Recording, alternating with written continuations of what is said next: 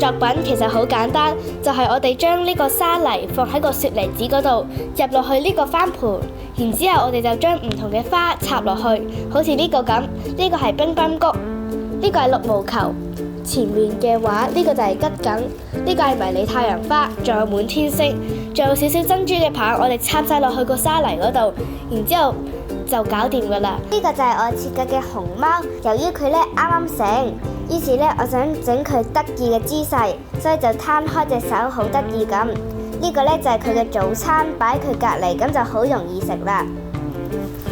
佢哋咧嗰啲花逼埋一齊，好靚。咁手上面呢份呢，就係啱啱家長同小朋友一齊合作完成嘅花藝作品啦。咁佢今個禮拜呢，我哋就用熊貓做主題。